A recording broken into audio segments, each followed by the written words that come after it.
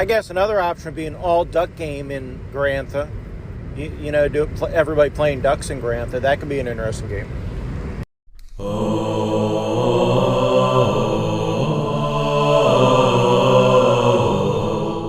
Carl Rodriguez is the GMologist, GM extraordinaire, the GMologist. Hey, Jason, thank you for that reminder. We had talked about in the GMologist Lab Discord the Great Duck Campaign, which was going to be an epic genre-spanning tale of the rise and fall of ducks from the beginning of time. We had also thought about what we'd title these things and what we'd call them. And so here's like the current list. We'd start with maybe Neanderduck, prehistoric rule set, either Blood and Snow, which is an incarnation of the index card RPG by your buddy. But it could also be Pangea, which just came up with the Pathfinder Kickstarter for 5e of a prehistoric fantasy rule set. Then you could have Bronze Age Ducks of Glorantha, of course, RuneQuest Ducks, and there is actually, I've run a game at a convention where it was all ducks, and I'd run that again. That'd be pretty cool. I think that then when you'd run like maybe you could run like a Roman era duck, probably using BRP, or there's also like a DCC Pax Lex Q, I think that's how you pronounce it, or even Lex Arcana. And then you'd have DuckTales 1, Medieval Renaissance, you could use BRP again, or Humblewood 5e might be a good one. It seems more Renaissance-y fantasy. And then a DuckTales 2 would be Renaissance for sure, Age of Enlightenment, either Victorian, BRP, could use Historia 5e. Then maybe Darkwing Duck, early 20th century, Pulp COC, Champions, Amazing Adventure set in that time period. Howard the Duck, set in our modern time, Marvel, or Mutants and Masterminds. Duck Zero, post-apocalyptic ducks using the Mutant Year Zero engine. Then maybe Ducks in Space. After that, using Starfinder, that could be a good rule set to use, but there's plenty of other rule sets that one could use. And then there would be Ducks of the Ninth World, way, way in the far future, using Numenera. And then finally, we had talked about Ducks at the End of Time, the 11-session finale of Shadow of the Demon Lord with all ducks. So I think it's a great idea. And one of these days, there will be a epic spanning... Well, if you're still here after that explanation of the Great Duck Campaign, well, thank you for coming to the Geomologist Presents. Today, I have a show that I've entitled Weekend at Kevin's. This weekend, I played 3 games with Kevin Madison. First game was Friday. It was a World of Warcraft 5e hack, which was hella awesome. I play a Warlock. Ironically, I also play a Warlock in the Ash game. It's our ongoing Ash game that we've been playing for almost 3 years. And then finally, I'm trying a new game, Cult Divinity Lost, now in about 10 minutes at the time of this recording. I'm looking forward to it. I did the Kickstarter for Cult Divinity Lost, and I'm waiting for the books. I have the PDFs. It's dark, modern horror, mature themes, which is something I've been wanting to play and get into, because we are mature adults in theory, although we play elf games. And then on top of that, I will probably have an unpackaging. And don't worry, it's not a virus or capsid packaging in some sort of AAV capsid thing, but instead it is some packages that I've received. So no viruses had here. And then finally, a couple call-ins from the usual suspects, Joe Richter of Hindsightless and Jason Connerly of Nerds RPG Variety Cast, and they talk about the usual subjects. Joe throwing shade at the OSR community, and Jason talking about what game would be best for whatever game he's going to run or wants me to run next. So sit back and enjoy, and here come the recaps.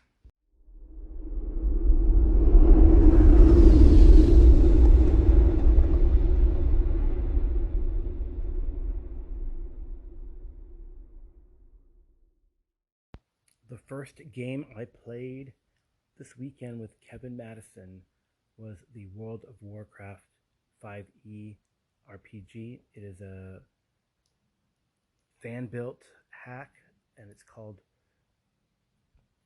Warcraft Heroes, and we really like it. I really believe I'd played it before when he did a one-shot where we escaped from prison in Stormwind Stockade, and I played a warrior in that. I really liked how they did the fury mechanic. They really tried to implement mechanics that are compatible with 5e that mirror what's going on in the game, right? So energy for rogues. I haven't seen what they do for demon hunters, fury, for warriors, and the mechanic for hunters as well. One of the players was mentioning that, so I thought it was really neat how they do it. I decided to play a warlock, and I made a destruction warlock. His name is Billy Dean Hoffenhammer, and I did the voice and everything. I think people got a kick out of it. I hope his watchers got a kick out of it. He was introduced by kind of just walking through the Elwyn Forest and meeting up with a couple of the players. And it's a paladin and a priest, a pacifist priest, and a paladin.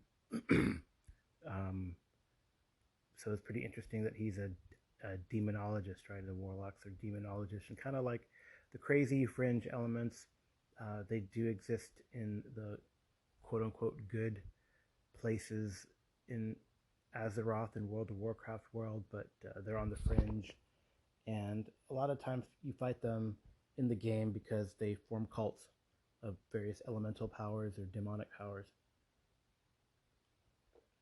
right? So not the nicest or best. My character is chaotic neutral, but has a soft spot for the tall folk, I guess, and loves dwarves because he's a refugee. So he probably remembers having yummy bread in Ironforge after Nomeragon got screwed up. So I'm giving you guys a lot of Warcraft lore. I apologize, but I've been playing that game for a long time, since vanilla, on and off. I still play and have an account, and I have a shit ton of characters, but I have some pretty good characters. I'm not in any guilds that are hardcore raiders, but I try to get up into the mythics for the latest expansion.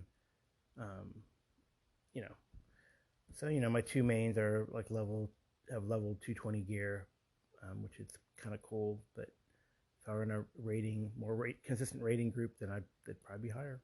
But just time, whatever. Although I just joined one guild that seems that they do that more regular, so we'll see. But not with my mains. With one of my mains, Billy Boog. He's been in this one guild that's been around since vanilla, but I think everyone jumped to classic, so I haven't seen a lot of the people on. Anyway, back to the World of Warcraft game, not the World of Warcraft MMO. So Billy Dean meets the priest and the paladin, Enric, and I don't remember the priest's name, and we hole up in a tower because it's raining, and in there is another character who hadn't showed up yet, and this character actually is a dwarven hunter with a boar named Pepperidge, and that is played by Jason Hobbs of Hobbs and Friends and Random Screed, who I'm sure you've heard of. So, but he was asleep, and then in the morning we woke up, Hobbs showed up, and we continued on our way. I think his dwarf's name is Wendell. I can't remember the priest name. Oh, the priest name has it's like Joe Conway or Joseph Conway or something like that. It's interesting that it's it's not as Azeroth-y as the other names, but I guess it could exist because there are regular names in Azeroth too, right? So anyway, we're kind of moving along. We have 2 encounters in this session.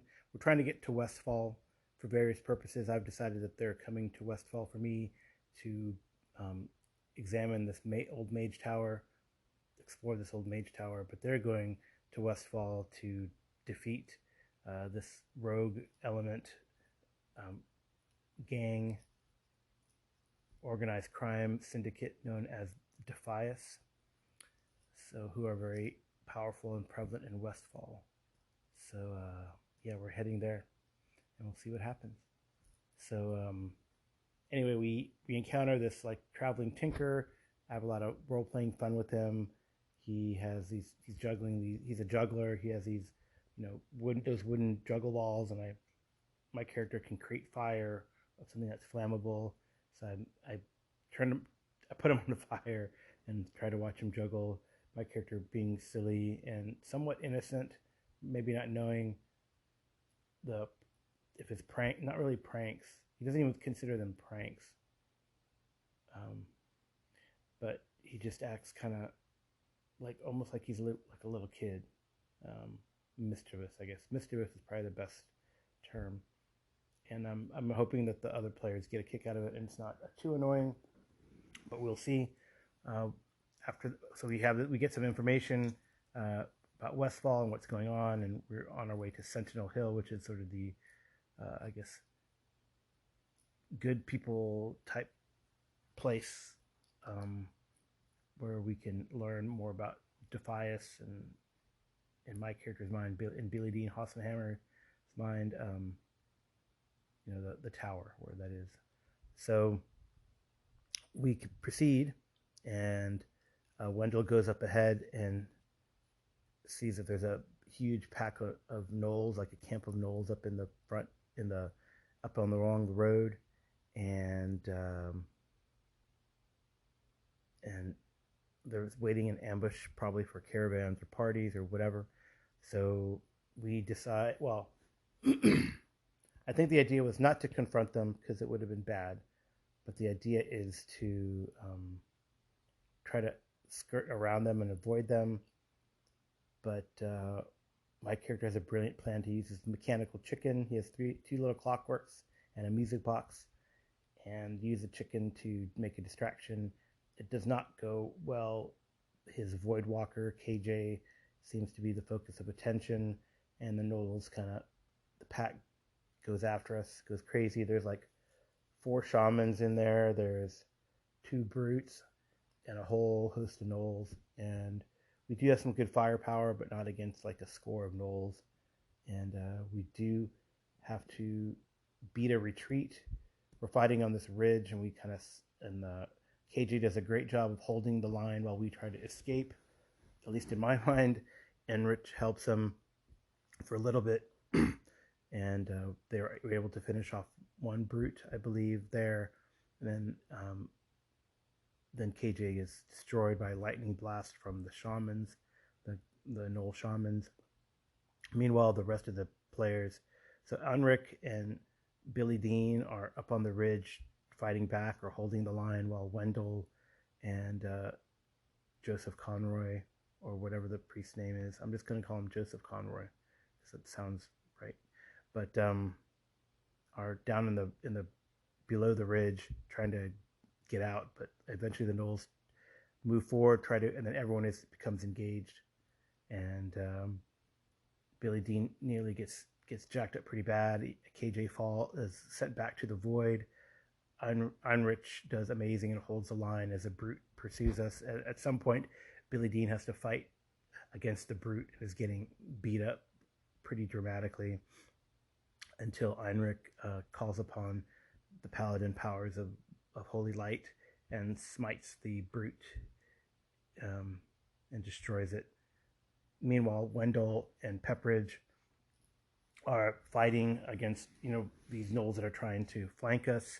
I know Wendell took down at least 1 shaman with his gun and blew up several gnolls. And Billy Dean did pretty well too.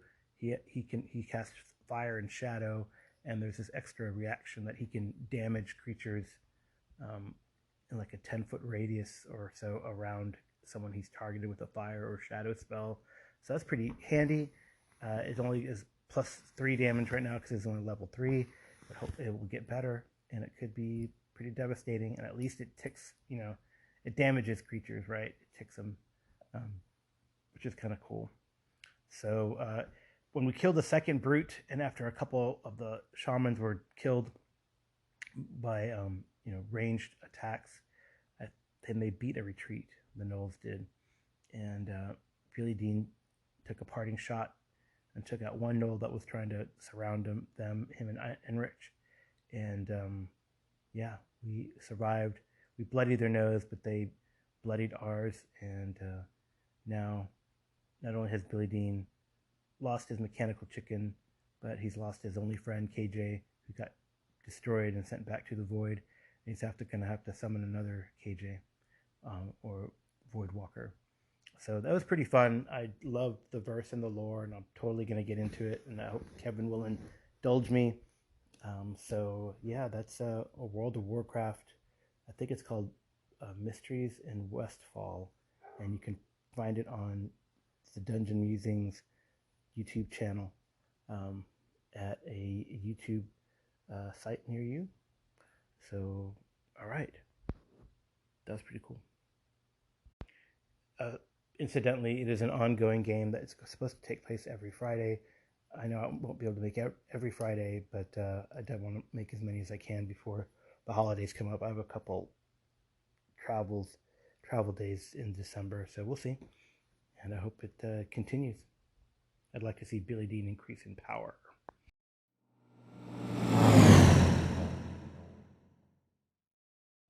The second game I played at Kevin's this weekend was our ongoing Astonishing Swordsmen and Sorcerers of Hyperborea game. In that game, my character has just reached 7th level. So Iphigenia Acantidoros is a 7th level warlock who is a necromancy specialist. They're called Death Soldiers. She is Amazonian.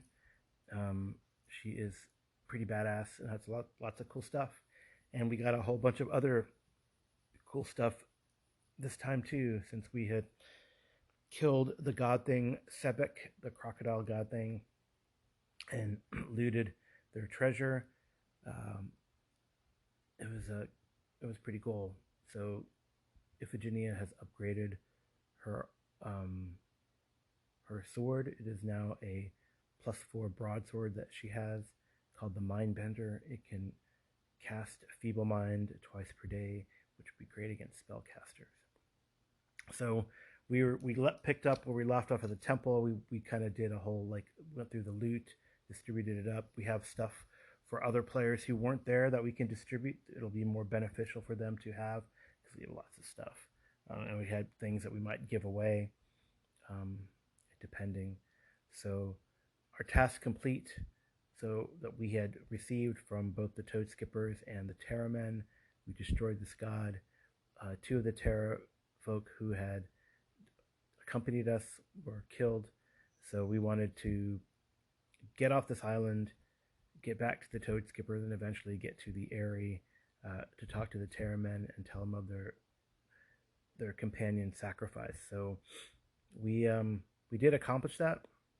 When we were leaving the island, or leaving the temple area and heading to the western shore of this island where we thought there would be these outriggers that the Toad Skippers had transported us to this island initially, and when we had kind of lost, we attempted a while ago, we had attempted an amphibious assault on this island, and we just got wrecked.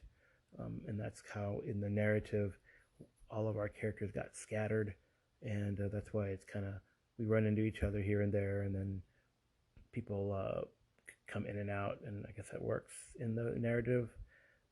In Kevin's game, if you're not there, if you're not there, your character's not there. So he doesn't seem to care about the narrative, but some people, like I do, care about the narrative. So in my mind, it definitely works because we've been scattered after this initial failed amphibious assault, and people show up when they can. It just happens.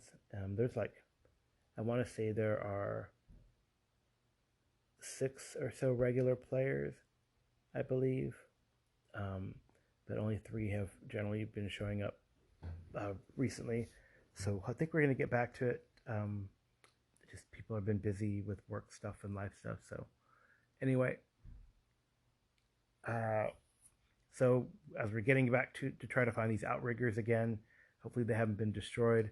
We're assaulted by a bunch of giant spiders that come out of their trapdoors. I think at first we thought it was just like one big giant spider, like, oh, no problem. And all of a sudden it was a horde of them.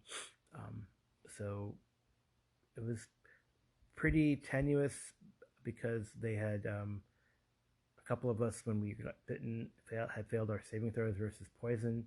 And these older style games, that's kind of bad.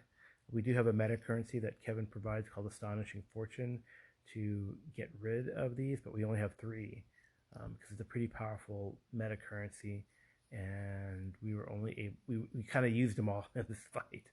But I did have some antitoxin, so when Iphigenia got bit, she was able to apply antitoxin to prevent the paralysis, and then remove the paralysis from Amar, who is a monk in the party, I think also 7th level. We have a second character from a player whose character was killed in the temple complex, and we rescued this other character from the clutches of the evil toad men, and he is a wizard and a cryomancer, so ice and now lightning, because he found some artifacts that shoot lightning. So I cast lightning bolt. His character used lightning from his gloves twice, and then lightning from, I believe he has this wand that shoots a ridiculously powerful lightning bolt down the line, and you just line up the creatures and fire away. And we had some powerful lightning bolts that really helped with this spider horde, because like I said, there are a bunch of them. I also finally used my summon demon spell, and the demons didn't last long, but hey, they did some damage, and they held off at least a few spiders and took their attention for a couple rounds, which is kind of what we needed to, be able to fire these lightning bolts and shoot down the line and that kind of stuff, which is neat. So yeah, we survived the spiders. We got to the outriggers. We sailed back, oared back, I guess, piloted back to the Toad Skipper village. Kevin was shaking his fist at the dice because there were no random encounters. Random encounters are kind of pretty deadly, I feel, in this verse. We're like on Kong Island, where everything is giant and deadly. So we get back to the Toad Skippers. We tell them what happened. Oh, we also had encountered a giant frog. We had one magic item called the Horn of Animal Calling or something like that, where I called, well, what animals, we had so much treasure, we each needed, we were encumbered and needed to be carried. So I used it, and then Amar, who can talk to animals, talked to this giant toad that appeared, and this was Old Jumper, and Old Jumper was our friend, became our friend, and was able to volunteer to carry all the stuff. We just stuffed it in his mouth and his gullet. So we did make it back to the village of the Toad Skippers. Another detail I forgot, we did find another piece of treasure from the spiders in their little trapdoor holes that they exploded from. And it was a set of laminate armor, which Kevin's ruled is the same as chainmail, so it's magical. So it gives me the same, I believe it gives me the same AC as I had before, but 1 looks cooler, and 2 gives me DR. And it had another magical ability. I can't remember exactly. I can't remember what it was. Oh, it has a guardian spirit that gives you a bonus on your initiative. So you have 1 lower initiative than the rest of the group, which might be very helpful. I don't know how we would do group initiative, so I wonder how Kevin's going to adjudicate that. I guess I go first. I know he usually gives us ties because we have a dex bonus, but maybe it could make for a tie if we lose the initiative by 1. So we'll see how he does that. So I packed up my leather armor +3 of water that lets you water walk, and we can give it to another player to get them out of heavy armor if they need to. Also, this laminate armor I can still move pretty well, so it's kind of nice. So anyway, we got that. We got back to the Toad Skippers, and we did a lot of. We talked to them and explained what happened. They were impressed that we had Old Jumper with us, the giant toad. Then we started resting and recuperating. And then we definitely wanted to. We were going to rest there. They were going to help us to get to the accursed. I don't know if it's a temple, but the accursed place under the spire that we had originally been sent to this area to look for the Monkey Meister, who then has promised us that he will help us get back home. So we wanted to get here, but then of course this crocodile god person cult got in the way. So we have some volunteers row us out to the spire where the Terra Men are there, and they take us up to meet the matriarch of the Terra folk, and we talk to them, tell them what happened, and they take us back, and now we're resting and recuperating while we're getting some gear made for our expedition into the waters under the spire. So it was pretty cool. One fighting encounter, a lot of talking through and story pushing forward, which I think is great. I guess we've been playing this game for almost 3 years, and that's awesome to be 7th level. I don't get any 4th level spells, unfortunately, as a warlock, but my fighting ability, the character's fighting ability goes up, and I can cast another spell. So getting more powerful, which is always good, but that means that Kevin throws tougher stuff at us. So, and he did, about 20 or so spiders. I couldn't count as that many. I can't count that high. I can only count to 10 because I only have 10 fingers. Oh, maybe it's about the same number as my fingers and toes, so 20 or so. Anyway, really fun fight. Really cool to have some closure in some of the stories and the saga of the fight against Sebek, the crocodile god. And until next time, we play every 2 weeks, so it should be really cool when we play again.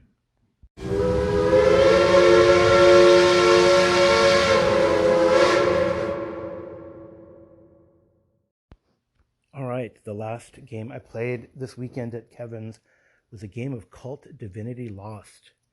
And it is definitely a game I've not played before, and a very different type of game.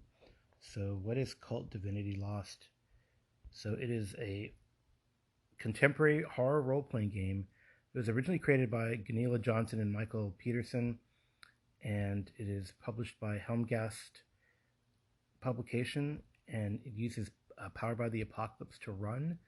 It's a kind of a variant of Powered by the Apocalypse, and it is now distributed by Modiphius. So, but I guess I can read a blurb from the intro. In Cult Divinity Lost, the world around us is a lie. Mankind is trapped in an illusion, held captives by our prisoners. We cannot see the great citadels of Metropolis towering over our highest skyscrapers. We cannot hear the screams from the cellar hidden stairs take us to. We cannot smell the blood and burnt flesh from those poor souls sacrificed to long ago gods in lost alleys. We feel isolated, alone, and try our utmost to stay away from the dangers, the darkness of the city we dwell in. And we are setting our tale in Detroit, so modern day Detroit. And the title of the game, I believe, is Things We Left Behind. And so I'm picking up after 2 sessions have been played.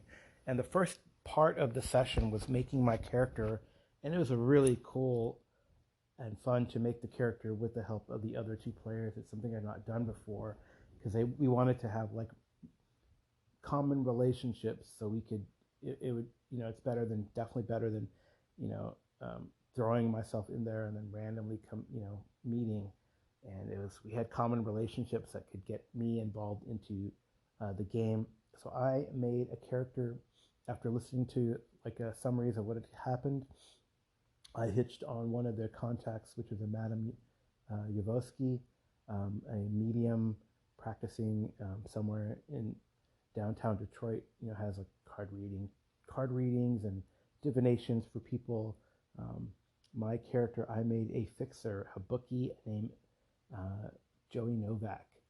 So, and I kind of built him or imagined him as like Steve Buscemi, kind of twitchy and wiry and bony with those bulging eyes. And he has some interesting.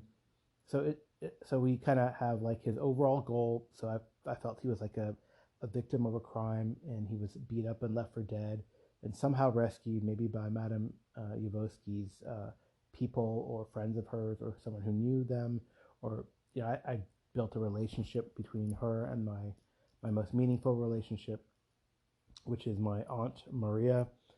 We are of Croatian descent, but living in Detroit, and I'm being stalked. I'm greedy. He's a bookie. He's always wanting to make money and score, but he always has to move around. So he's always looking for the big score. He has another friend named Darnold Allen, who is also a fellow bookie in Detroit, and with part of the African American community, which I think would be pretty cool to explore. I think Kevin wants to tackle that too. Just cross community and very diverse worlds. I mean, Kevin is really good at promoting that and wanting to do that, and I like his style when we do that. So my character, you can imagine, like I said, Steve Buscemi wearing a Detroit Pistons gear and always wearing sportswear for the most part. My cat likes it and says hi. Hold on.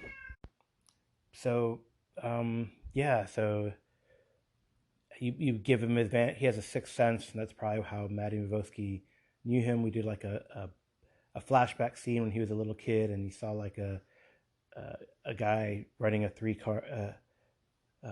he was running a shell game, and it was a con, and he was able to spot through the con, and then he flash forward to when he's doing his own little con game, and also trying to have people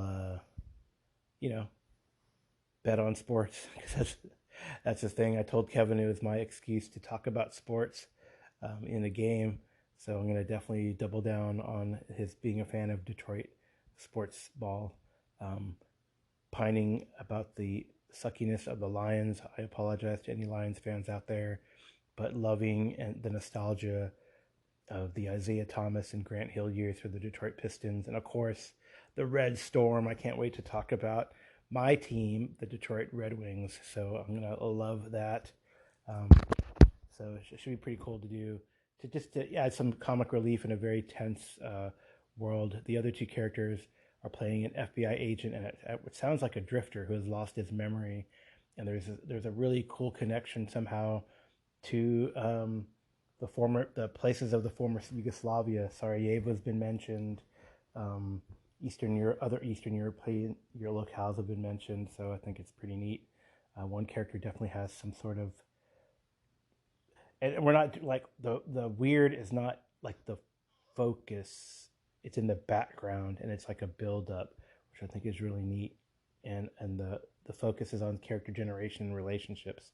So it's really cool that the previous characters, the characters in the tale, they had previously, I guess what I gathered is that there's this package that's important, that was sent to the daughter of one of the player characters, and this cult of some sort wants the package because they've tried to run one player character off the road. They've kidnapped one of the player characters' significance. They tried to assassinate or attack. They attacked the characters while they were at one of the player characters' daughter's houses. And what I like about this game too, there's bonds. Like the NPCs are meaningful. You have a bond with them. So one of the player characters with his daughter, myself with my aunt, and my bookie friend Darnold and Madame Yuvosky, and that's our common bond. And so it was cool. Powered by the Apocalypse is uses 2d10 instead of 2d6. Probably gives it more spread of things that can happen to you. Maybe who knows? But it's really cool. It seems like every time you roll, unless you roll really well, there's always a consequence or a complication, which I think is fun for the GM to do. And we definitely did. Like the people who were stalking me or looking for me showed up, and I ran out of that scene after a really cool scene with Madame Yuvosky where I'm in her parlor and she gives me a card reading, and I pick a black joker, which is somehow significant to me, that is going to help me get out of my current financial crisis. And yeah, so I see the monkey, that monkey that slams the symbols together. I saw that in her parlor. It was good. It's so much really good scenery, and I'm really feel like I can immerse myself in this character. And I'm actually trying something that Shea Webster has been mentioning for a while in his Roleplay Rescue, which is I don't want to get too much into how the system works. I just want to get into the character. So and I'm learning as I go. It's just inevitable, but I'm kind of trusting Kevin on this one to lead us through the tale and just roll the dice when I need to roll the dice. And yeah, we have our moves that we can do, and I kind of have to know those to help out, but I don't really know quite how it works, which is great because I want to focus on immersion and getting into my Joey Novak character, taking inspiration from It's Always Sunny in Philadelphia and Shameless and other kind of modern down and out type tales where the character is always looking for the con because he's got to make ends meet. But I think the throwing in of the supernatural and the weird is kind of cool. So after my scene of running away, other things happened to the characters where one character was able to settle things with his daughter and get a offer to move in because he's been gone for a while, and the other character checked on his girlfriend's apartment, and that same cult. I'm going to call them the Cult of the Black Hand because they have a black hand tattoo. They also they showed up at the girlfriend's apartment, and this other person, this agent, had to climb into the ductwork and get out, which he did. Pulled the fire alarm. I thought that was kind of brilliant of that player to think his character would do that. And then for me, since my stalker showed up or whatever, or I'm getting embroiled in this, I get sent a text while I'm hanging out with Darnold talking about, talking at our favorite pizza joint, about the Pistons, the 89-90 Pistons, and then the 2004 Grant Hill Pistons, and which team was better and all that kind of stuff. But and we got it was cool. It was really fun that Kevin's allowing me to indulge in Joey Novak and sports ball, but I'll probably say that a lot. And then I get a text and someone has a gun to Madame Yuvosky. So I'm like, what the? Because one of my drives I built this character not to be a fighter and not to really be more like a blatherer, a talker, avoid fights, but not good at seeing things or perceiving things or fighting at all. But he does have this drive to not have the same thing happen to him, to other people that happened to him. So he runs over to Madame Yuvosky's. One of the other characters, Sam, is there too, and we confront each other. I remember this guy because he cut in line when I went to go see the Madam at one point. So we end the session with me confronting him, but then his eyes go black and there's this whooshing sound. Maybe Joey Novak. I'm sure people would be yelling at the TV if this were a show, saying, "Joey, just show him the picture. Show him the picture." But I think that's part and parcel of the cult game. It is like a series of miscommunications, and everything is kind of vague and shadowy, so nothing is clear cut. And I feel like I want to explore that and participate in that. So I thought it was a really fun game. I love the character creation. I've been wanting to play in a mature game and with people that are into are cool with mature themes. This crew, myself and the other two players, we played in that infamous beatdown that Kevin gave us in the Warhammer Fantasy Second Edition game. Um, so we're good with that, and I think it's a good group that works together. So yeah, I can't wait to play Cult again.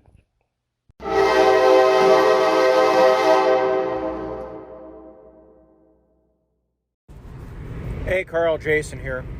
I don't know, these days, if I want Roman Empire and I want the semblance of anthropomorphic animals, I think I'd rather play Palladium Fantasy. The Wolven Empire is kind of like the Roman Empire, and Wolvens are effectively, well, they're not really important, but they're bipedal wolves, right? So I think that would scratch my itch. You up for some Palladium? Hey Jason, I would play in some Palladium Fantasy, and I was wondering where that came from. I thought that was from Rollmaster, but it's not. It's from Palladium Fantasy, that Worgen Empire, Worgen stuff, which I think is really neat. I remember the cover, and I've been trying to track it down. Maybe I thought it was for Rifts, or do they have that community in Rifts too? I would run it. I wonder if they're going to do a Palladium Fantasy hack in Savage World, since they did one for Rifts. Who knows? But yeah, it's pretty cool. I would play it. I don't know anything about Palladium Fantasy, although I remember seeing the books, but I never really bought them or got into them. So okay, when are you running it? I'll play. We just gotta fix the schedule thing, right? So anyway, maybe that could be the location for maybe the Palladium Fantasy World could be the location for this shared GMing thing we want, since people might not know about it. But I don't know. Curious to do that. But we will see. Again, thanks for the call, and we'll talk to you soon. Yo, Carl, so I'm not sure how stating the fact that in games like OD&D and BX, characters need to get treasure in order to advance in the game is a shot across the bow. Much like in Call of Cthulhu, where losing sanity takes away some player agency, the fact that characters have to get treasure in order to advance takes away some player agency. You can't play a game in which you don't get treasure, or else you won't advance in the game. You can't play a character that isn't into treasure, or you won't advance in the game. That's not a shot. That's just a simple truth. And that's fine. That's not a flaw. But I get it, man. Jason's in this new relationship with OD&D, so he's very protective of it right now. It's very tender. It's a new relationship. You know, it's not like his old original love, AD&D First Edition. It's new. So I get it, Jason. No harm, no foul, dude. It's don't hate the player, hate the game. Peace out. I disagree that you can't play a character that doesn't want treasure, well, for themselves, at least, in the game.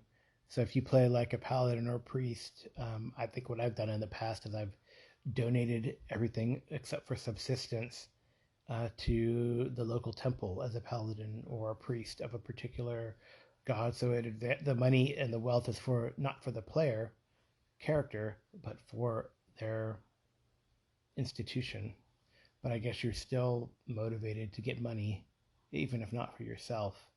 But I don't think there's anything wrong with that. That's just the conceit in those games, right? So, but I can't tell if you, well, I can't tell if you think that's a bad thing or not, or you're just,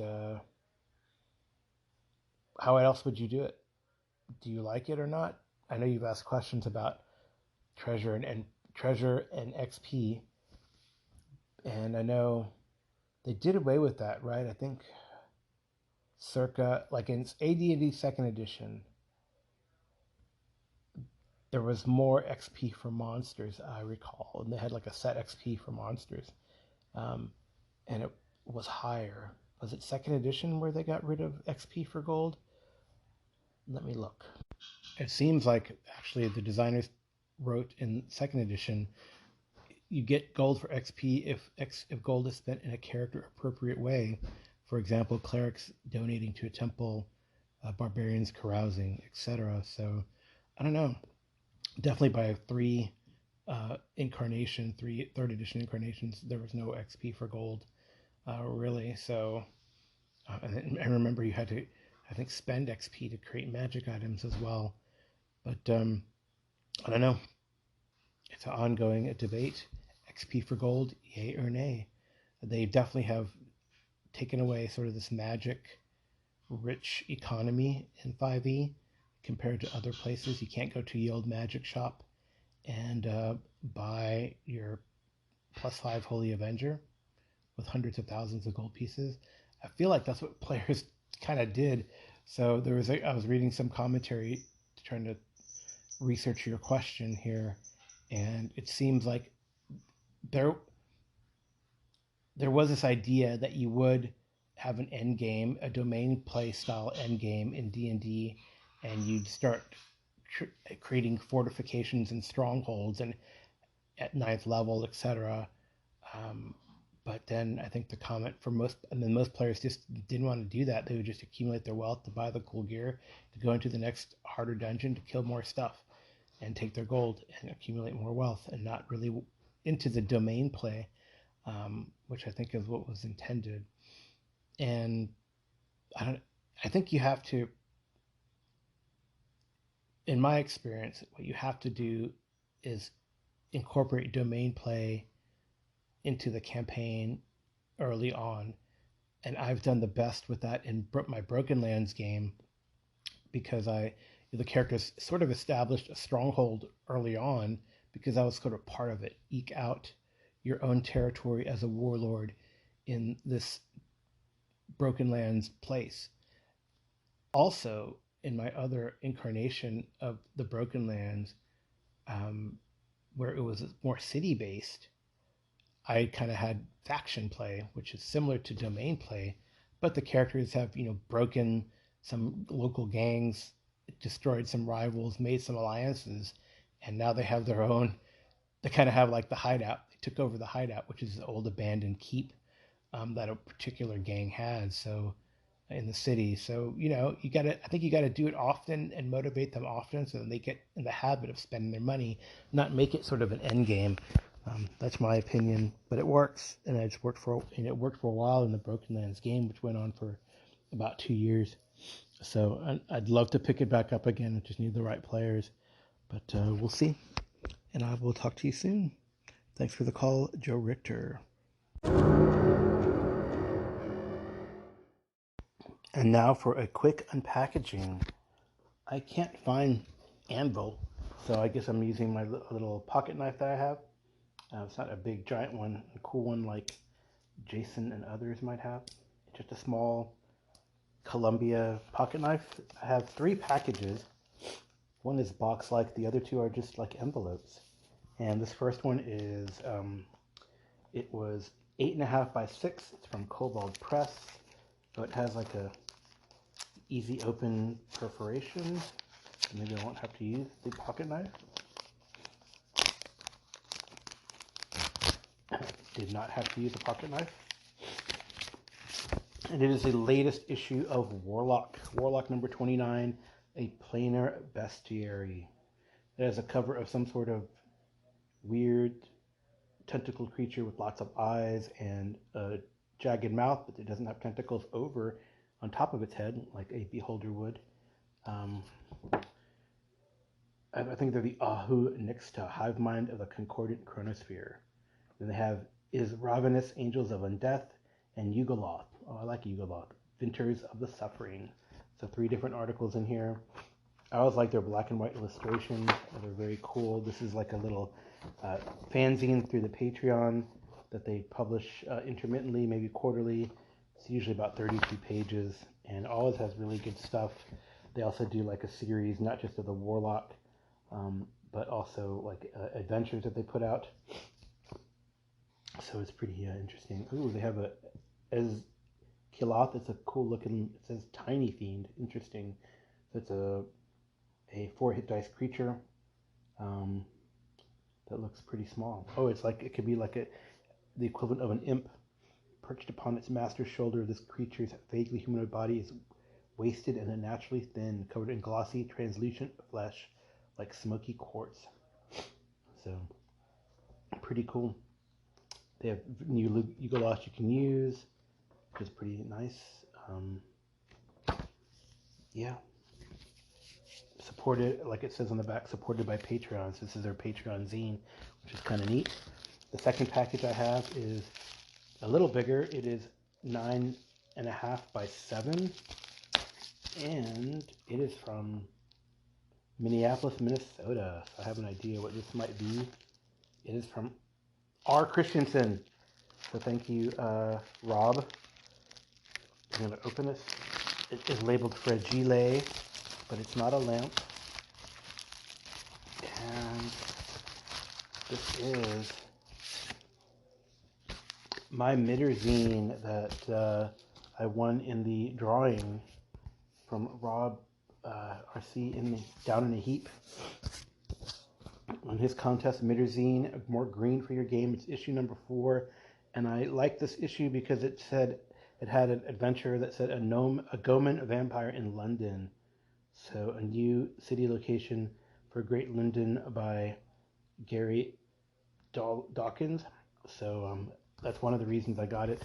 It is another cool little fanzine. 24 pages on this one. I really love the back and front cover art.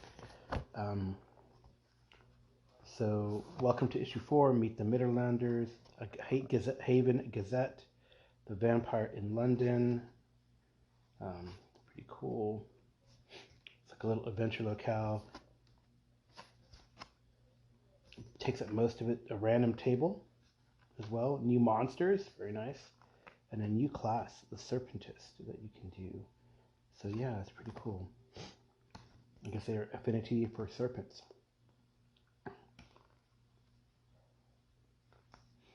And some random adventure hooks as well in here. So looks pretty cool. Amulet of Serpent Moors, Staff of the Nether Seal. It's a very cool Mitterzine number 4. I'll have to track down the others because I'm a collector. All right, the last thing I'm going to open is from Monte Cook Games, and this is a larger box. This is actually, I would say, a box. It is looks like 9.5 by 14. I just have to eyeing my little thingy, so might have to use it. Open this with. I did have to open the fanzine with my letter opener, so here we go. So this one, I'm cutting something down the line. All right, and it's from a product from one of their latest Kickstarters. I guess they're doing a Kickstarter now that I'm actually passing on the Planebreaker Kickstarter, but this one I did. This was like I guess it was their Claim the Sky Kickstarter, and I've been wanting to run a superhero game. So now we have like definitive superhero rules. I know it was in one of the Cypher books, but Claim the Sky, superhero rules for Cypher system. So right, so you can create dozens of superhero rules and options, including foci, descriptors, abilities, new power shift and power stunt rules, detailed advice for creating speedsters, gadgeteers, elastic heroes, powered armor heroes, heroes who shrink and grow, master martial arts, shape changers, etc. And building superhero archetypes from comics and movies, and then 50 statted heroes and villains as well. And then, yeah, it looks really cool. The Boundless setting, 3 superhero adventures for use in your Boundless campaign. So they have like a setting as well for it, and it looks really cool. Claim the Sky by Monte Cook, Sean K. Reynolds, and Bruce R. Cordell. It looks really cool. I mean, the art is always great, and I like the Cypher system art. It's very evocative. It has like a pull-out map of like a base, like the Justice League Tower, I guess. If you maybe Boundless, you can just have like a JLA type of thing. I had a really fun play-by-post on Euro Central a long time ago using Champions rules, using like a GLA type of format, and I enjoyed it. It was, I think, the opening scene was the player characters being inducted into the JLA by the big guys, you know. So, and then I did a few adventures, and there were some cool adventures that took place. I think they got to fight. Did they fight Freeze? I don't know. They didn't fight. They fought Captain Cold and the Mirror Master. All those guys in that little villain group, and they also got to talk to Gorilla Grodd, and one of my favorite villains was the star of villainies of one of the tales, and that was Vandal Savage. I think the premise was that Gorilla Grodd was in jail in Central City. The players meant to go meet him. He said that the love of his life, Giganta, was in trouble, and she had gone to Gorilla City, and he had not heard from her, and he thinks something bad has happened. And the bad guy, it turns out, was Vandal Savage, who had taken over Gorilla City, giving them an offer they could not refuse. I don't remember what that. I think it had something to do with something called the Star of Karnak. Yep, something like that. And I think that's also what the other villains, like the Mirror Master and Captain Cold, were also looking for. In a separate, so I had it was cool because I had two different groups, and one group did the Gorilla City adventure, and the other group was doing the tracking down these guys. I'll tell you the name. Yeah, I think I had various members of the Rogues come after them. I feel like I had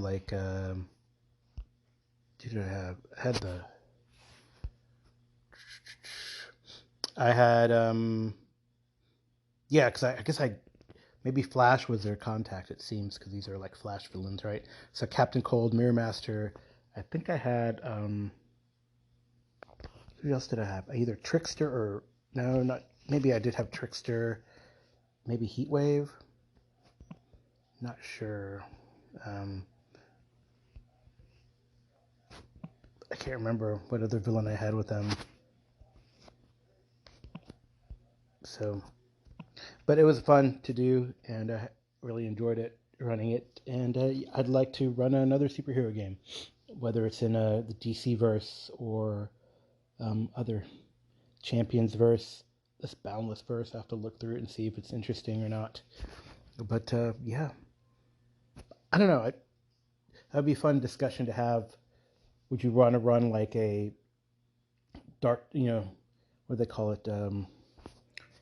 Would people rather have like a Dark Champions, lower level type of game, lower superpower type of game, beating up thugs and criminal syndicates, or like a full-on superhero Champions type game? That's always an interesting debate. But yeah, well, thanks for listening. I think I will let TJ Adrenin, who does the music, close this out, because that is it. And this is close to an hour, if not longer now.